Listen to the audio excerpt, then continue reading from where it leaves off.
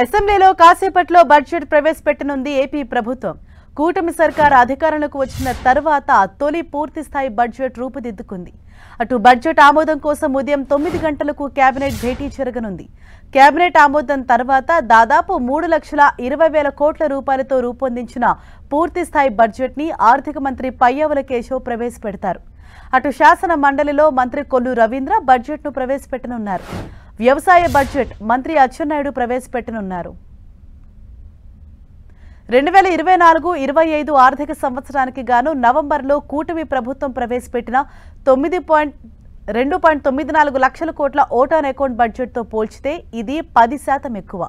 అటు అభివృద్ధి ఇటు సంక్షేమానికి ప్రాధాన్యమిస్తూ బడ్జెట్లో కేటాయింపులు చేసినట్లు తెలుస్తోంది. మరీ ముఖ్యంగా తల్లికి వందనం, అన్నదాత సుఖీభవ పథకాలకు నిధులు కేటాయించనున్నట్లు సమాచారం.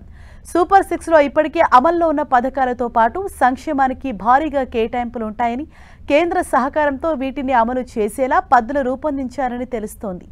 అమరావతి, పోలవరంతో పాటు వెలుగొండ, వంశధార, హంద్రీనీవా ప్రాజెక్టులకు బడ్జెట్లో ప్రాధాన్యమిచ్చినట్లు తెలుస్తోంది.